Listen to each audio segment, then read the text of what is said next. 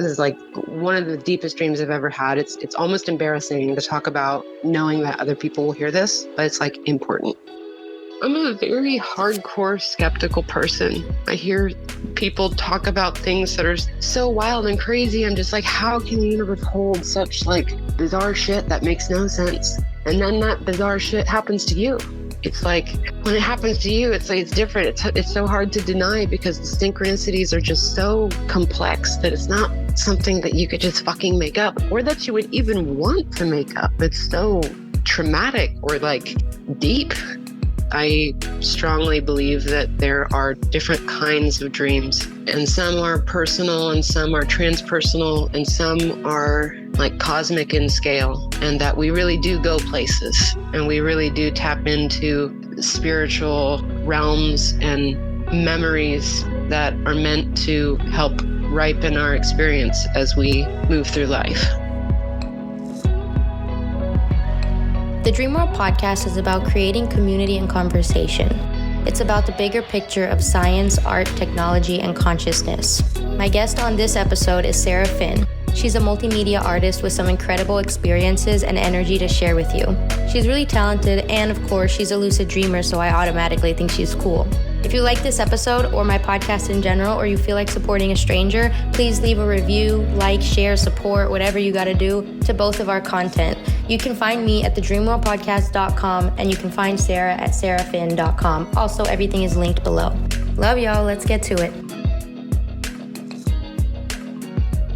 Oh my gosh, I feel like it's always hard to start somewhere, but I'm just going to be a dork and I'm going to start from the beginning. I feel like it just started as a really small child with very wild dreams, and dreams have always been one of the like foundation keys of my life and my consciousness and like how I experience the story of like whatever this incarnation is, you know? And I grew up in California. I was born in the mid-'80s, and I was very blessed with like lots of great media, you know, it's fantasy oriented and stuff.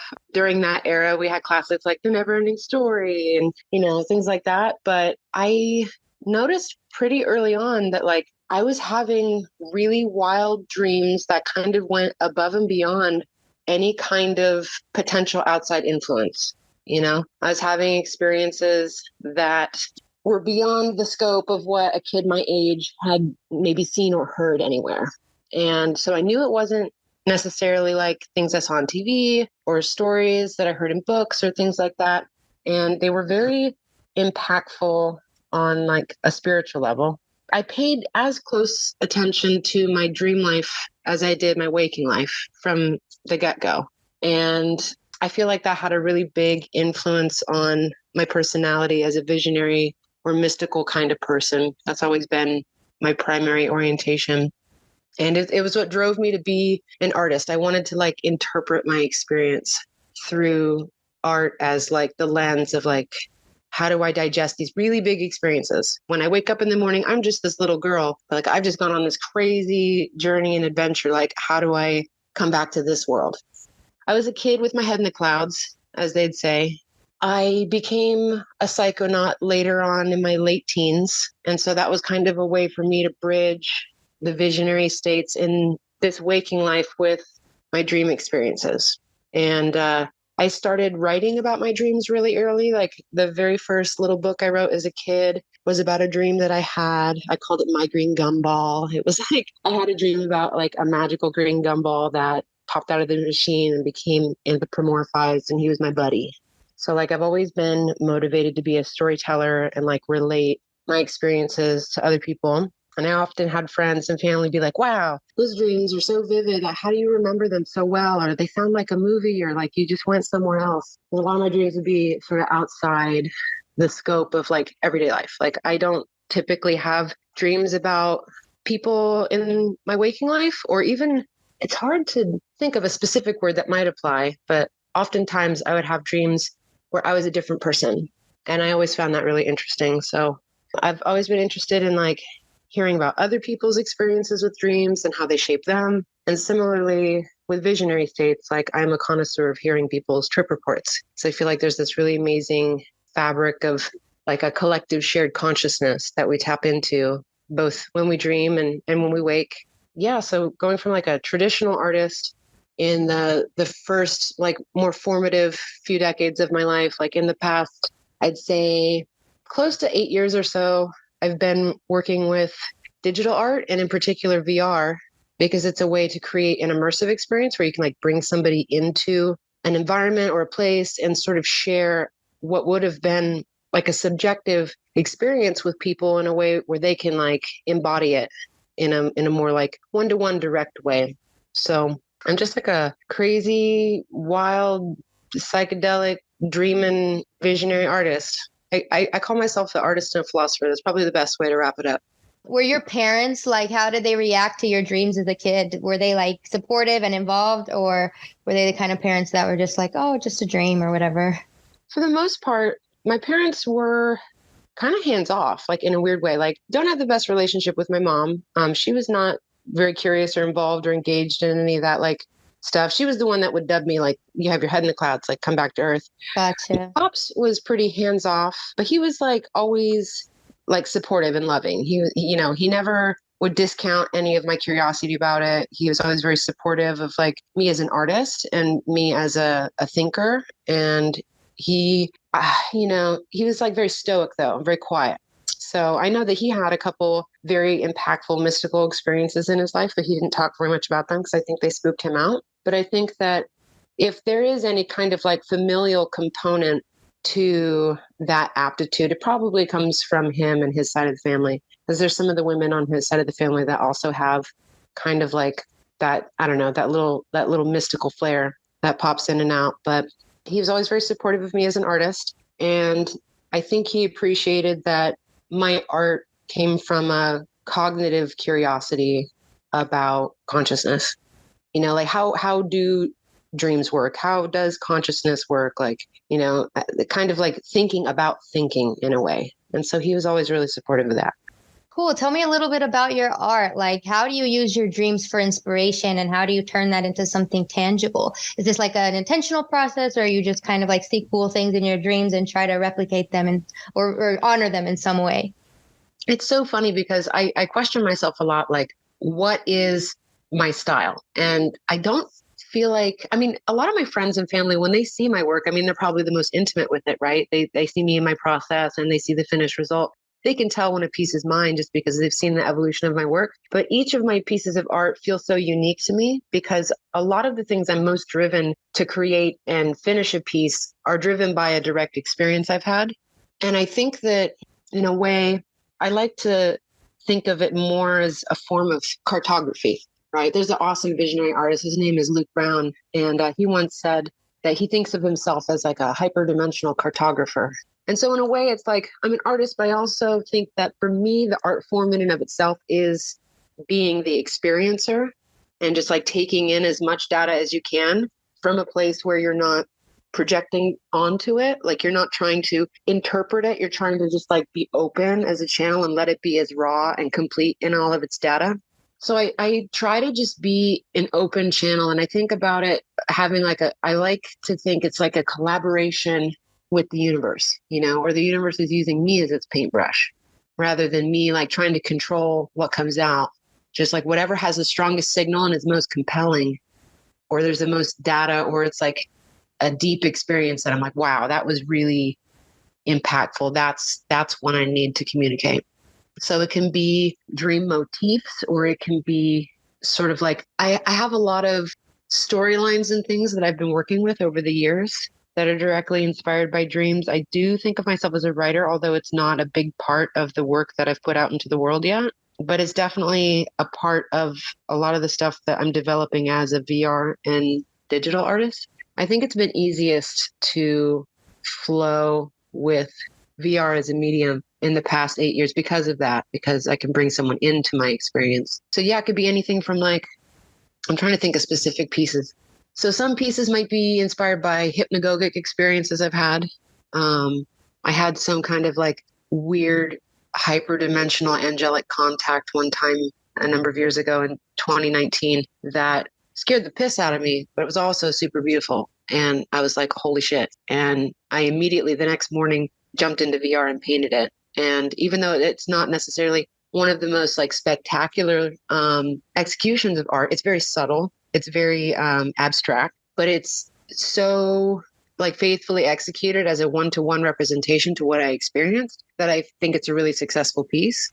And so in that way, I think that pieces like that, I'm like, that's a moment where I'm kind of like a researcher, and that is an artifact or like a catalog moment of an experience. And so I think of art as both like an artful experience where you look at it to appreciate beauty, but it's also, kind of like a field guide when you go out into like a jungle or some ecosystem that you're unfamiliar with and you're charting and you want to make good documentation of the territory. That's really cool. Your explanation made me smile because it's really fascinating how you said that kind of like the universe just uses you as the vessel. And I've heard that with a lot of like really talented musicians even and artists. And they're like, yeah, I didn't really make this. It just kind of came through me from somewhere else, representing what's out there. And I think that's a really interesting concept. Like that just blows my mind. Yeah, that's definitely my favorite dynamic and relationship with the artistic experience. That's the stuff that is most fulfilling on a spiritual level for me. I wanted to talk a little bit about the VR that you do because, virtual reality is so interesting to me as well because I don't know much about it. So you'll have to tell me, but it kind of feels like a lucid dream. Like I'm in like this other world that is not my world, but I'm consciously experiencing it and creating things. I mean, it's a new technology. It's not like it's been around for very long. So it makes sense that not many people have exposure with it. And there's still a little bit of accessibility isn't quite there yet. It's not like an everyday thing the way cell phones are. But I became interested in it back in, initially, I would say 2014, but I really got involved in about 2018. Initially, I was really intrigued because I don't like the idea of making digital art with a screen and a mouse. There's like a dimensional disconnect. I don't like not feeling in touch with the art directly. And that just seems like an abstract, dissociation. And I was really excited about the potential of VR just from like an immersive perspective, not even so much gaming as more like theater, because I studied a lot of performance art with my degree from University of California, Santa Cruz. That was sort of my thesis, was projection performance art. So I was obsessed with translating the DMT experience for people and just like being a DMT elf ambassador. I just had this like really goofy idea that, I could be an emissary for them and just like communicate this mystical experience with projected abstract videos and like dressing up in fractal, kind of hyperdimensional mythical beings and dancing around, just being a goober. I wanted to make animations natively in a digital medium that would just be easier. And I realized in 2018, there's an awesome program called Tilt Brush that was purchased by Google from these two developers, Hackett and Skillman. I tried a demo in I think like 2014 or 2015. And I knew that was the moment I was like, okay, like I can be a traditional artist and then work directly in VR in a way with the controllers where like I'm drawing in a 3D space or I'm sculpting in a 3D space. And I have all these beautiful brushes that create different colors and shapes and like animated effects. So that was really the moment when I was like, okay, the medium has developed to a point where I can interface with it in a way that's going to enable me to make visuals to project, but then I can, create like an immersive space in this world, not the virtual world. I could just project it, right, on a screen or something, and then bring other people into that like pseudo little world building moment. Kind of like analog AR, which is augmented reality for people who don't know that acronym yet. VR is virtual reality. AR is augmented reality. So kind of like Pokemon Go, or there's a Niantic game called Egress, I think it's called. So you hold up your phone and there's like an overlay over the real world with like digital environments, which is kind of cool. So that was how I got into it. But I found it really interesting in 2018 when I really dove in deep that there was a connection between not only lucid dreaming and virtual reality and psychedelics. And so that intersection between those three things has been like my ground zero ever since. For those who don't know, Timothy Leary and Terence McKenna both had very like avid curiosities about the future, in particular with virtual reality. It came after their time, but in their later years, right before they both passed, they were very much interested in that. And Tim Leary in particular dubbed the word cyberdelic.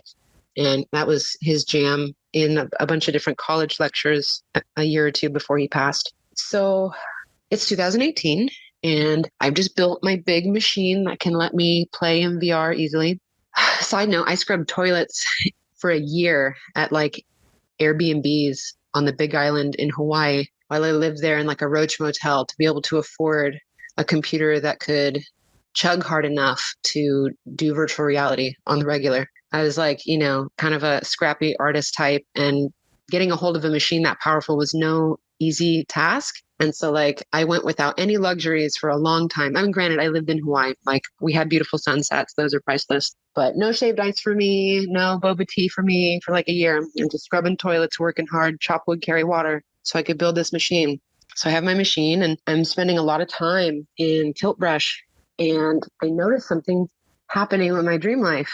I always struggled with lucidity when I was a child. I would feel like I would become aware of the dream environment, but I would be aware of the edges of it environment, in the sense that you're like in a video game and there's only so much of the game that's built out, and you get to the edge of the level and you're like, and my dream would evaporate.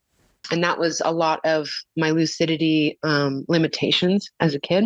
When I started working in VR, in Tilt Brush, you can choose the environment which you paint in. And I would often choose just a black backdrop because I have this neurological quirk. It's called aphantasia. So I don't have a visual representation of my imagination in my mind's eye. Like when I close my eyes, it's just black. Like if I try to imagine an apple, I have the idea of an apple and I know what an apple looks like. And I can like turn an imaginary apple in my mind's eye, but there's no signal. So it's like having a computer that knows where all the files are, but there's no monitor to show you the apple.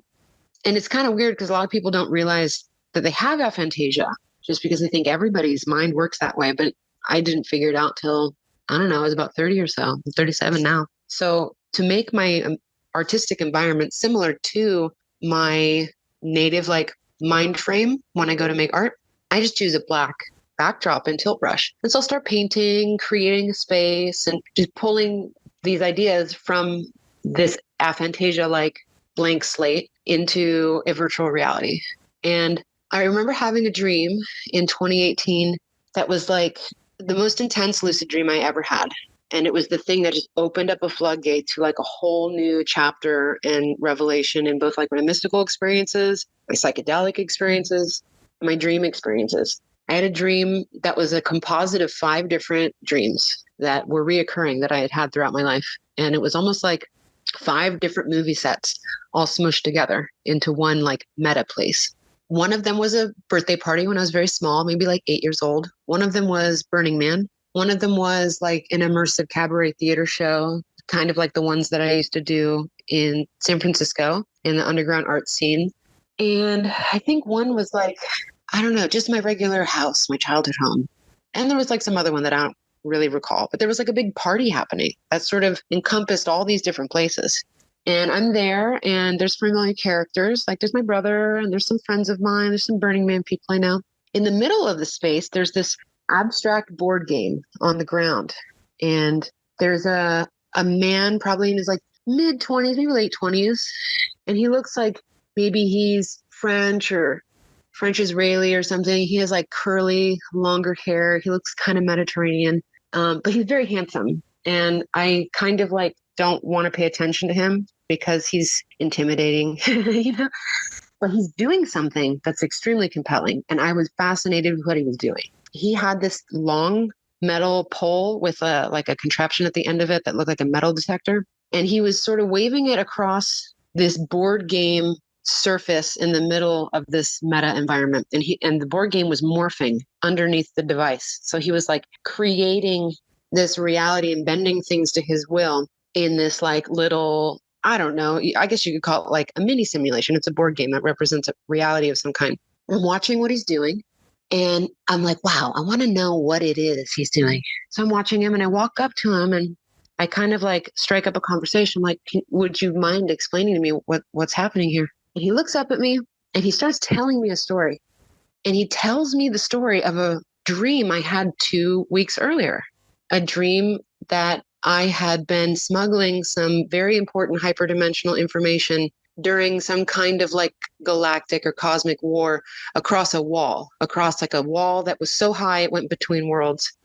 I'm going to apologize in advance if I get like choked up because this is very deep for me. And at the top of the wall, I was like floating up with this like important information to pass along. And I came across an angel, and her name was Samantha. She was beautiful, and she was like 9 feet tall. She had like golden hair, and she was very grateful and very sweet and sincere. And she thanked me for my efforts. And she took the message and she went beyond in a realm where I couldn't go.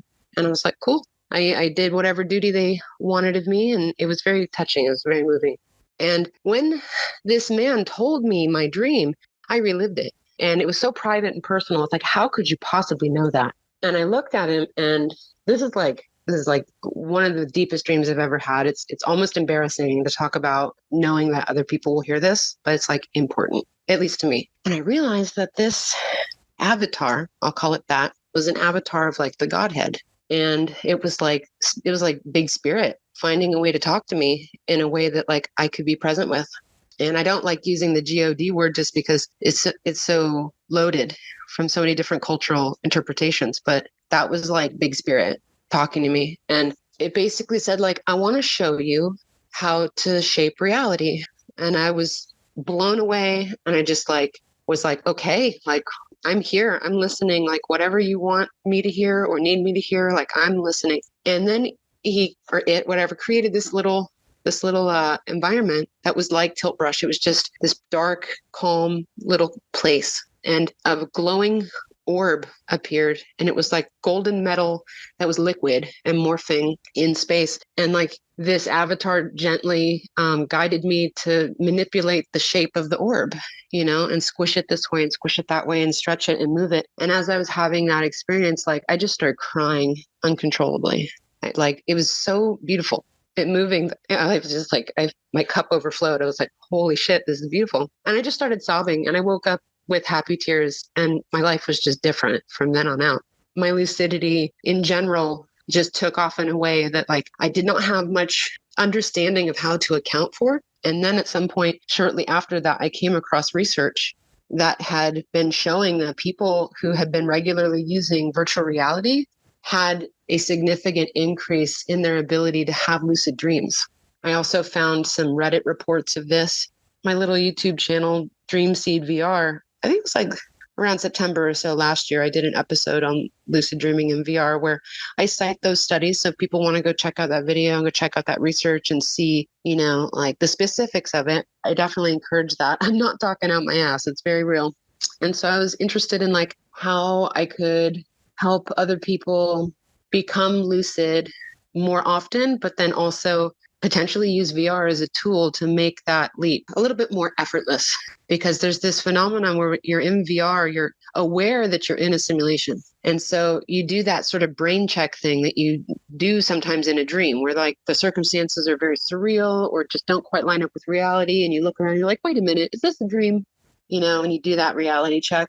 On some level, your brain is kind of doing that all the time in VR because you know that it's a simulation. So it kind of trains your brain in a subconscious way to do that reality check more often without thinking about it. Yeah, that makes a lot of sense. Wow. Thank you for sharing that dream, by the way. Let me just start with that. That was really incredible, really inspiring. And yeah, it definitely gave me goosebumps.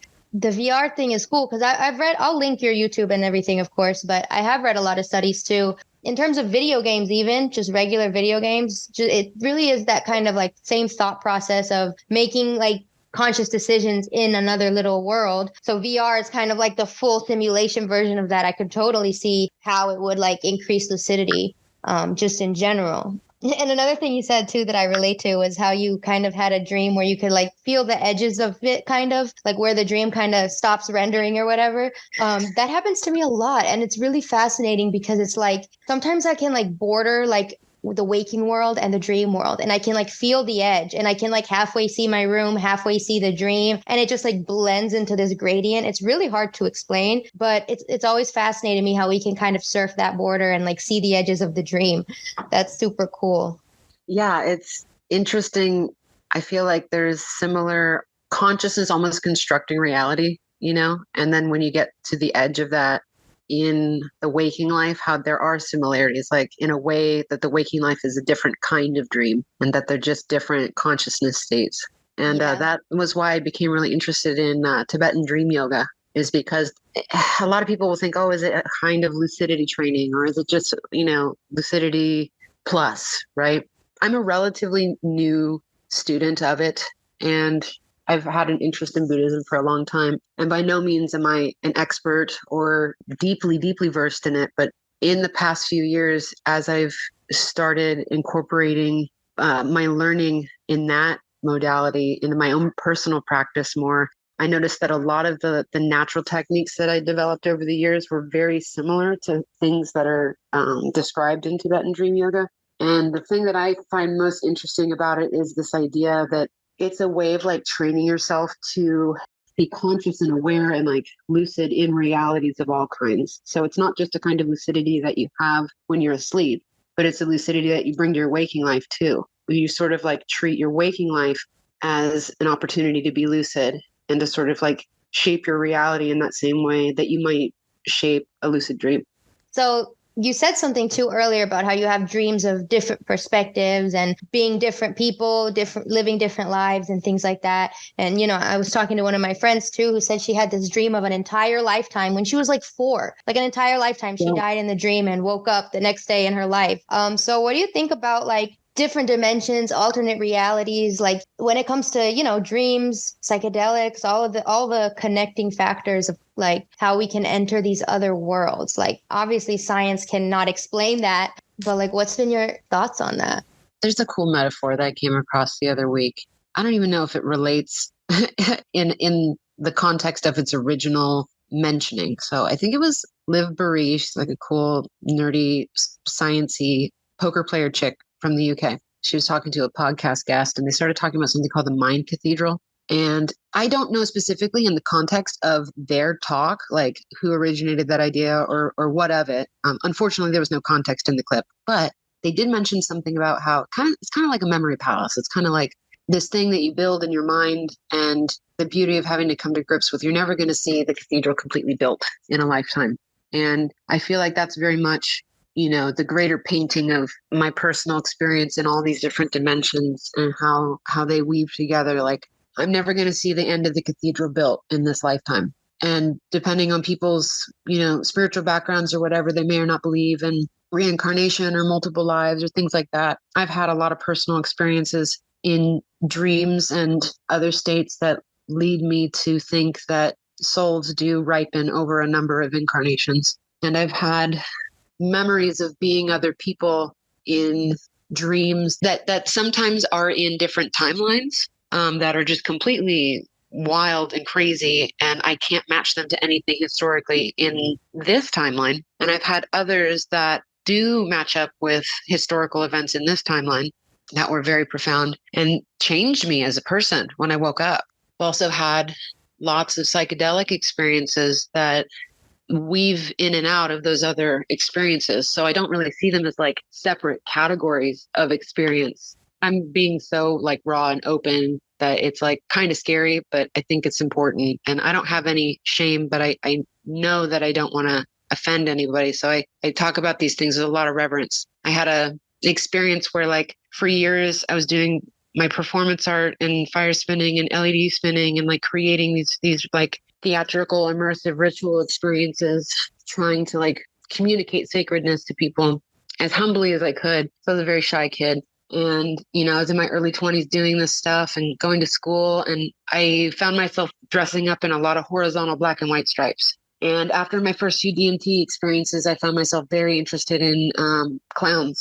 And I didn't understand like where this weird fascination with black and white clowns came from, or horizontal stripes. And then at one point I had a dream that really rocked my world in one of the most like heartbreaking and graphic ways I've ever experienced. And like trigger warning is bad, sad shit about to be relayed. I dreamt of being about 17 and being a young man, kind of an androgynous young man, spiritually like very neutral, not super masculine, not super feminine either, just very androgynous. And I'm a fairly androgynous person in my life. I just don't ascribe to any of that crap. I don't really care. I just want to be me. So I felt continuity in that way. But I was a young man, and I was 17, and I lived in a community out. I'm just going to like talk about it in like raw data points, and then I'll like collapse it with the other kinds of context that give it, a more accurate picture of what's going on. I lived in a community with my family, and it was kind of outdoors. Right. I knew that both of my parents had passed away, and I lived with my grandmother and my uncle. And my uncle did a lot of leather work, and he hunted for our community. And my grandmother, she would take me for a walk every morning, and she would teach me about different plants and stuff. And she had done that with me since I was a little kid. I first lost my parents, and we lived what seemed like outside. And as a, modern Westerner, that's very different than the experience I had growing up, obviously. I remember like, at one point, these strange-looking pale people came on horseback to visit us, and we had this really awkward exchange, and I think I offended them, and I was kind of embarrassed. I tried to crack a joke to ease the tension, but I made it worse somehow. And so I was a little worried about it, but I kind of blew it off. Then, like a day or so later, these people came back, and there were a lot more of them, and this is where it gets really bad. I'm so sorry. They killed my community, and somebody recognized me. And they knew I was the kid that had offended them. And so they killed my uncle, and they killed my grandma, and they killed everybody in my community. And they saved me for last. It felt like with every person that died, like all of our stories died, all of the information about our families, and like all of the myths died. And like it was like cups of like sacred fucking liquid being shattered and spilled everywhere. And they saved me for last as like punishment for mocking them. And they cut my throat. I remember bleeding out. And I remember the coldness of the air on my throat from all the blood. And I could see this like slow, sticky, dark red puddle growing by my face. I could feel the blood on my cheek. And I died. And I woke up, and I so desperately wanted to scream, and nothing came out of my throat. It was this hoarse, empty scream, no sound. And I sobbed and sobbed and I did not recognize where I was. I was at my friend's house. I didn't know where I was. And like this weird abstract building came into view, and I was like, oh my God, I'm in a fucking old Victorian, and I'm in Santa Cruz, and it's 2011, and I'm Sara, and I'm 20 whatever years old, and I'm not that kid. And I remember all these other details coming in about his life. He was training to be a contrary. He was a koshari. He was a tribal clown in training in the Lakota community. And I realized why I had been obsessed with wearing black and white stripes and clowns for the past 3 or 4 years. I realized that like I was trying to connect with these memories of being someone else in another time.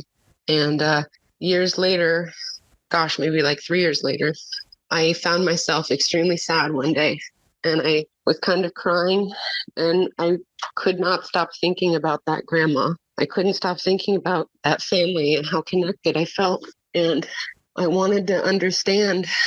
And I thought about it, and I was like, well, those were plains. Those were like, I thought about the hills and the plains and the rocks and the trees. And I was like, were those like, what tribe could that have been?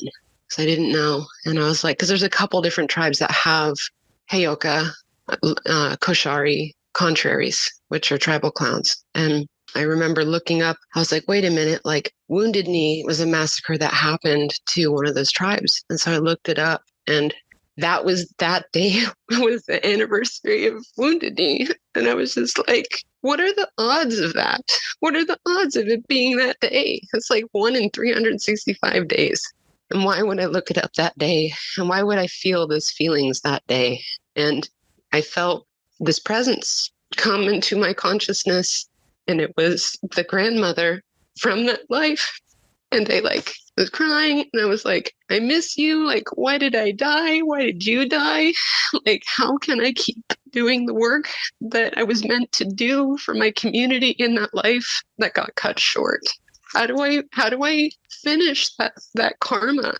And I just felt so like cut off from what I was supposed to do for the people I love. And she said, you're doing it. You're doing it in this life. You died because you're needed here more. And you're strong enough to go through the pain. And you bring that same mission with you in any time that you're born. Is so surreal. And just like, I'm a very hardcore skeptical person. I hear people talk about things that are so wild and crazy. I'm just like, how can the universe hold such like bizarre shit that makes no sense? And then that bizarre shit happens to you. It's like when it happens to you, it's like it's different. It's so hard to deny because the synchronicities are just so complex that it's not something that you could just fucking make up or that you would even want to make up. It's so traumatic or like deep, you know? It's like barely capable of holding the depth of how wild those experiences have been. And so like that's just one life. And then I had another life as like a young woman, maybe like 19 or so in the 14th century in Europe, probably like, I don't know, she was blonde. I don't know what region of Europe she was from. I don't think it was France, but it was like Central Europe. And she had a little boy who was about 3 and he died of cancer. And it was like a weird ass cancer that people should not be getting in Europe when there's no plastics and carcinogens and stuff on that level. And I was devastated. I felt like my genes gave it to him. I felt like I had doomed him to that fate. And he was so calm and he knew he was going to die and he was sick, but he was so just like at peace. And he comforted me. Like I'm the grown up and he's looking up at me and he goes, "It's okay, mommy. I'm going to go home." And he was like, "I'm just going to go home, but I'll see you later and it's going to be okay. And you're going to be okay." And he died and I was devastated. And then the house I was in pulled apart at the seams, at the edges of the corners of the house, tiny little shack house.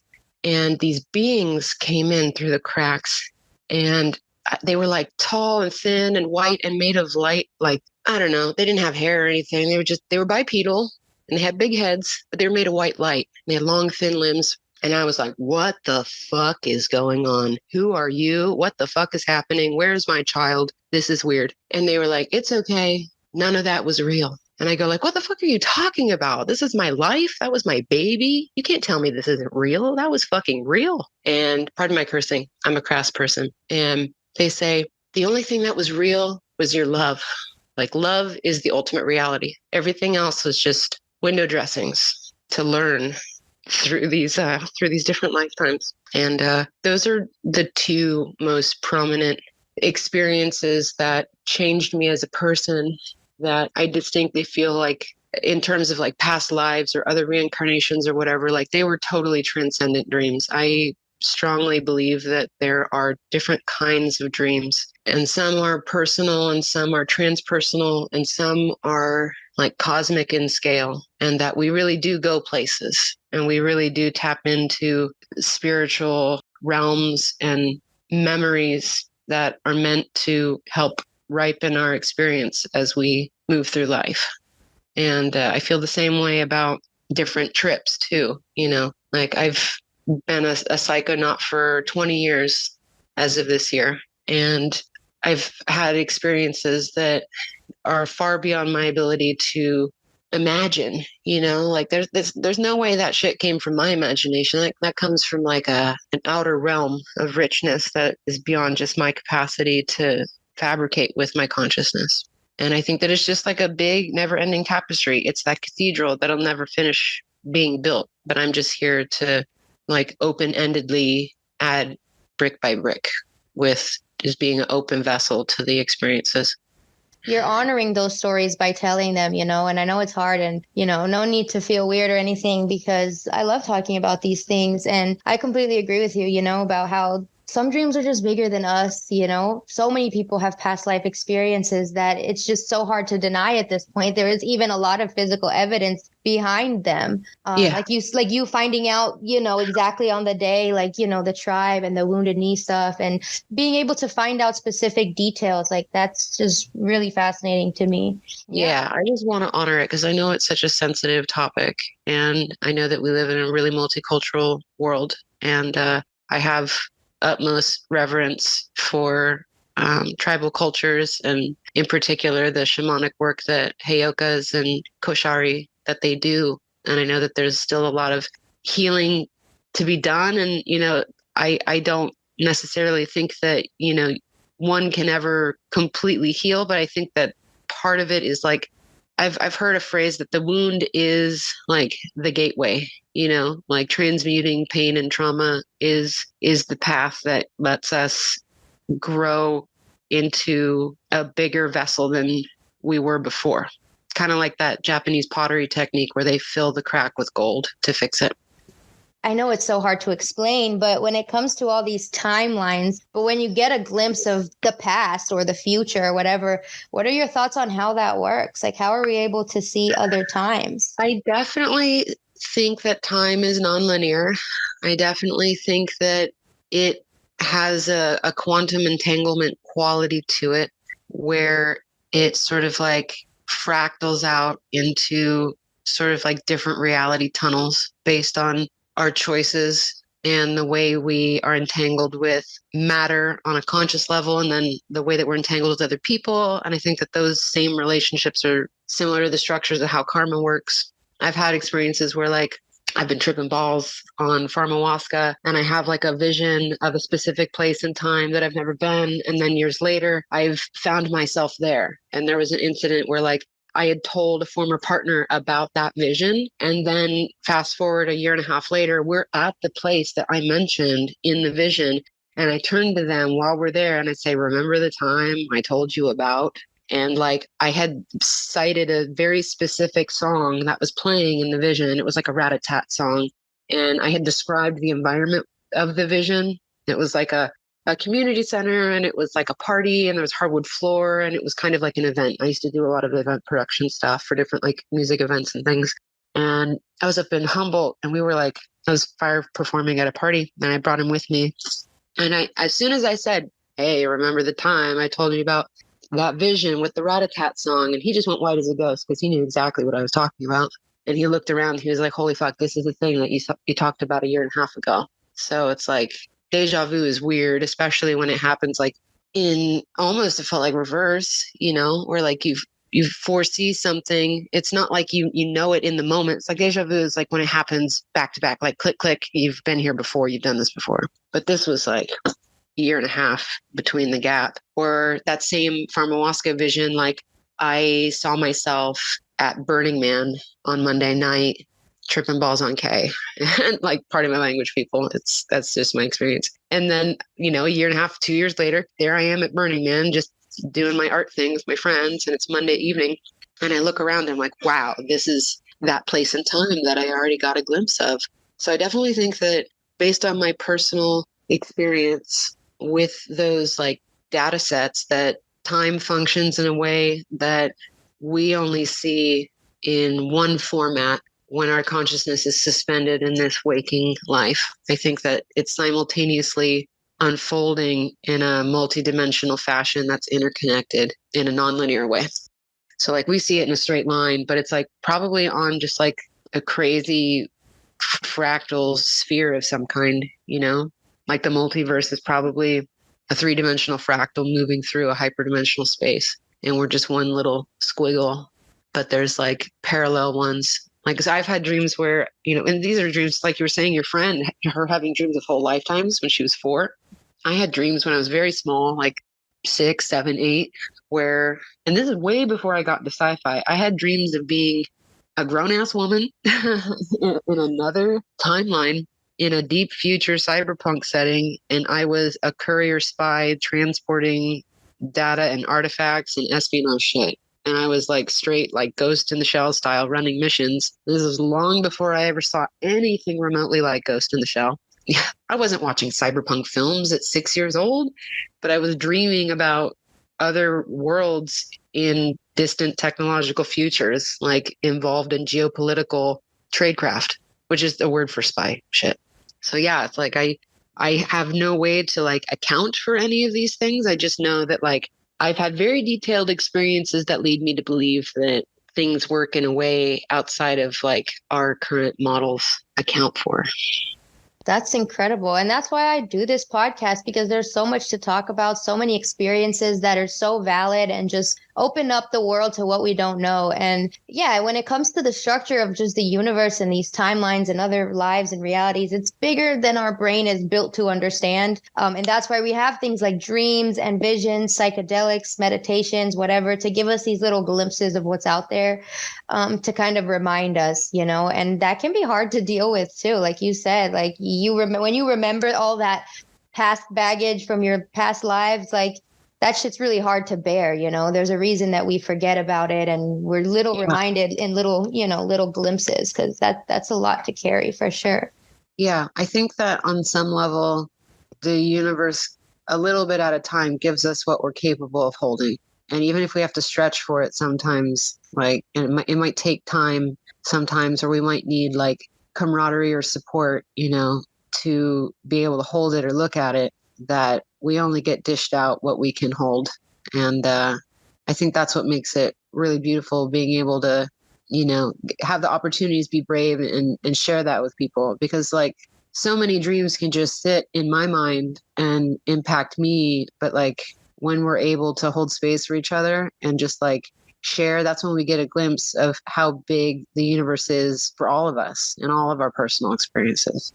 Yeah, for sure. Dream share is so important. I'll share dreams all the time online, and sometimes people will comment like, wow, I really needed this, or I really needed to hear this. And I didn't even think that it was that deep to me, but to somebody else, they might really relate or benefit from it or be inspired by it, and, you know, just normalize talking about dreams so that these experiences can come out more. Yeah, absolutely. You said something in the beginning that I wanted to ask you about. You mentioned that you have aphantasia, so you can't easily visualize things in your mind. Is that so? You seem to have such vivid dream life, though. So do you see visual imagery in your dreams, and what is that experience like for you? I'm sure it's a spectrum as well. Oh yeah. Everything that I lack in my waking life with aphantasia doesn't exist in my dream life. Like I have such high clarity in my dream life that it's kind of terrifying. It's like I've had many episodes of almost like existential crisis after I wake up, because the dream is so vivid and hyper real that it totally outstrips anything I experience in reality. You know, I've got pretty good vision. I've got normal ass vision, maybe like a little bit of aphantasia.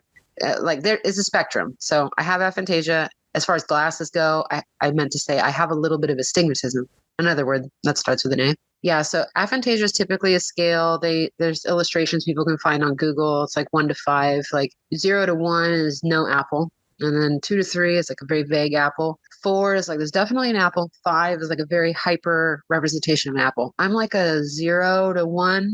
Normally, like on a really good day, I might get to 2. A really good day. Like I am excited if I can vaguely see anything. It doesn't affect my ability to draw or like imagine what I want to draw. I just don't actually see it till it's on paper. It's hard to describe, but it's like I've side-wired the processor to give me kind of like a spatial representation of it. So it's kind of like almost like a ghosty hologram that's barely there. Yeah. But as far as the dreams, like I would make jokes to my friends and family when I would relay my particularly vivid dreams, that because I work in a lot of digital art now, we talk about things in terms of resolution. And so I joke about it being like, instead of 4K, it's like 8K or like 16K. It's just burning out the graphics card. It's so blisteringly hyperdimensional. It's definitely left me with sometimes weeks or months or years of just being perplexed how it's even possible. Wow. It's definitely a gift, but it's like something you have to grapple with. But it's beautiful. I'm very, very lucky. I'm super lucky. And the recall is also a thing. I think recall is like a muscle and it's very trained. I've known people who have aphantasia who don't dream in visuals at all. So I don't think that they're necessarily interconnected. But I think that it's on an individual basis, like what the relationship is between people's aphantasia neurologically and their ability to see things when they dream. Because some folks, as you know, they don't dream visually. Sometimes they might dream in feelings or understandings of narratives, but they don't actually see anything. Or sometimes people won't be able to dream in color. And sometimes people will be able to smell things in dreams or hear things in dreams. But my dreams are pretty visual, slightly auditory, not as vivid auditorially as other folks sometimes. I fall asleep to audio a lot because I have ADD, and so it's hard for me to fall asleep oftentimes. So a little bit of background noise really helps, especially like cool lectures, like very soothing. And sometimes I'll have the audio from my real world sort of integrated into the dreams in different ways, which is always kind of funny. And sometimes if it's music, it'll become soundtrack-like. But yeah, I feel like in particular, after the lucid dreaming became more vivid with the dream in 2018 with that sort of divine avatar character, that the resolution of my dreams started escalating in tandem with the lucidity.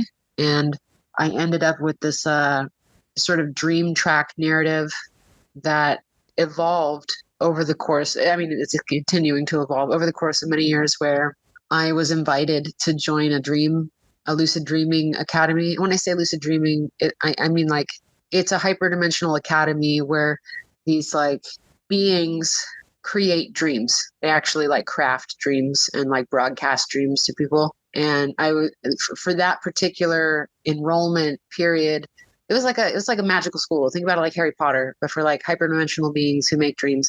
And I was one of the only, I guess I was the only human during that enrollment period that was invited, because everybody else, I have lots of dreams with hyperdimensional beings that like aren't human and like spiritual beings. And I remember being kind of confused and looking around and being like, wait a minute, I'm the only monkey girl. I'm the only human here. The professor was given an awesome speech. It was almost like Pixar of dreams. It was fantastic. It was like some Ready Player One kind of thing, where I'm looking at these giant walls in this auditorium that are like LED display screens, but they have a first person perspective of this crazy like fantasy cosmic battle going on. And it was almost like a video game. And I'm watching it and I realize it's a dream. I realize it's somebody's perspective, subjective POV of a dream. And it was almost like a demo reel of one of the dreams the academy and the students had created and broadcast to someone.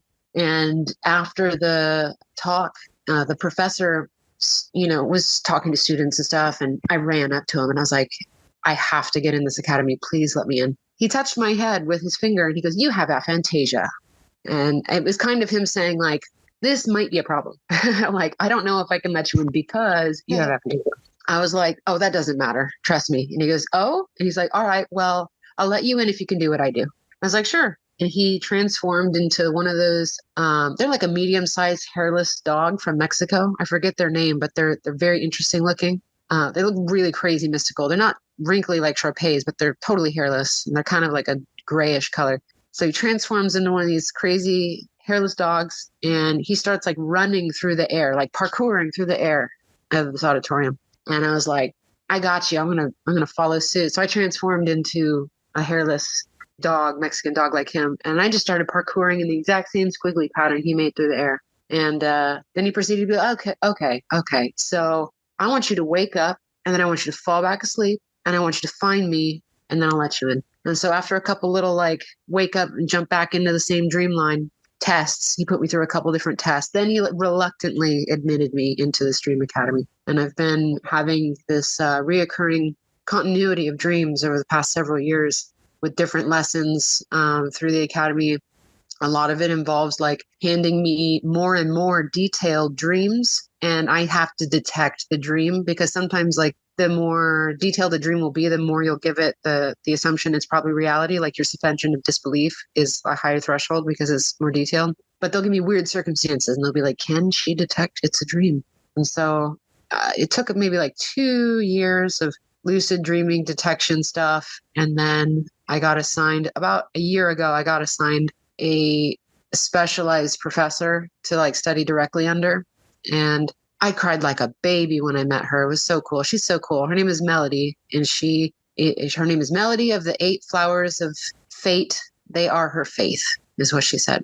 And like this epic music from The Good, the Bad, and the Ugly played when she appeared. It was Ecstasy of Gold played. It was very, very epic. Yeah, it's been an ongoing journey with this Dream Academy. And then part of it is like they want me to create aspects of the Dream Academy in this world and just sort of like be a bridge between that Dream Academy and one here. Wow, this is cool. This is inspiring me on so many levels. First of all, I knew that there was some sort of committee that like broadcasted dreams to people. I just like that concept has always made sense to me. Please tell your professors that I want in. And I'm so serious. Like, this sounds so cool. Like, yeah, that's incredible. Absolutely. It's super fun, but it's also just like freaky shit. Oh, I can handle it. If you're a game, then that's half the battle. That's cool. I mean, we're going to have to do this again sometime because there's so much to go into. But you said you're going to bridge the gap, which I love, between the real world and the other dream world. So what are you doing now? Like, I know you mentioned to me kind of that you're working on a course or whatever, but what's like your aspirations for just teaching about dreams? Yeah. Okay. So I'm polishing up how do I say, like, I have the first 3 courses. They're sort of micro courses, but they're the kind of thing that somebody could watch and follow along and then practice on their own, but they're also open to community building. Like if people want to, like potentially work with me, like one-on-one, all of the modules have additional like expansion packs, I guess you could call it, through one-on-one work. I want to launch that before the end of the year. My life has been extremely wild the past few months. And so I've been sitting on this for a little bit. In my personal life, I'm actually working on the world's largest holodeck right now for a real estate 4 seasons thing, which is really cool. Like there's no like NDA stuff or whatever, and there's tons of press releases, so it's not like I would be giving away secret sauce by saying it. But I definitely think that like fate put me in the right place at the right time to be involved in this project, and I'm excited to see how it'll affect like the trajectory of my work with VR and dreaming related stuff in the future. So a lot of my personal time is pretty dedicated to just like seeing that contract out. That goes till the end of the year. But in my off time personally, I'm hoping I can launch the course within the next few months. I have some of my really respected and dear friends who are in similar fields, sort of like critiquing it right now. I have my buddy, I've asked him to critique it. I'm waiting for him to critique it. My buddy, Jason Louv at Ultraculture Podcast. I definitely recommend people go check him out. He's one of the most talented magicians of our generation. He's also a historian in the occult magic arts. Like, he's a badass. I respect and adore him. We did a talk on VR and magic about 2 years ago that people can find on his podcast. He also runs a magical school called magic.me. I also recommend people check that out. And it's something that I plan on openly developing long-term and incorporating a lot of me sharing my personal experience, because I feel like a lot of the information that I get transmitted, even if it's just like storytelling, is relevant to other people's dream journeys. So the first 3 modules cover the basics of lucid dreaming. There's some like herbal assistant stuff. There's oil, like essential oil assistant stuff. There's several essential oils that help people with popping through lucidity, which is kind of cool. And then I've been developing sort of like my own approach to dream interpretation that's not just based on things like Jungian psychology, but it's also based on understanding people's own subjective matrix of meaning. So it's like they kind of look at their own personal history and symbolic syntax, and they can find a way to like find a middle ground between an objective dream interpretation and one that's bespoke and tailored to their own personal mythology, if that makes sense. It's like we can have other people interpret our dreams, but they'll never really understand how personal meanings work for us in our own private life. So finding like a happy medium between that has been my personal approach to dream interpretation over the years. And so like communicating that, and then also getting people familiar with this idea of what I mentioned before, as far as kind of personal dreams, where it's people in your life and like you are you, and it's sort of a one-to-one with reality. Maybe you have that classic dream where like you end up naked by accident at school and you're embarrassed, or like you dream about your teeth aching or breaking apart and you have like financial stress, whatever, like these things that are common archetypes, versus dreams where like you're not yourself, or there might be more mythical symbols or transhuman stuff going on, or like maybe like mythical beings and stuff, versus like deep field cosmic dreams, which tend to move more into the realm of Tibetan dreaming yoga, things where there's almost like a meditative clear light abyss that goes beyond just dream matrices. So kind of familiarizing people with these techniques and vocabularies and categories, but then also just like getting them suited up to then do personal work and potentially just, reach out if they want to work with me on, how to tailor their own dream development techniques and stuff. Do you have any like just overarching closing advice for people who want more out of their dreams, maybe to explore themselves beyond this life? Oh yeah, absolutely. I know this is going to sound like fucking basic, but journaling is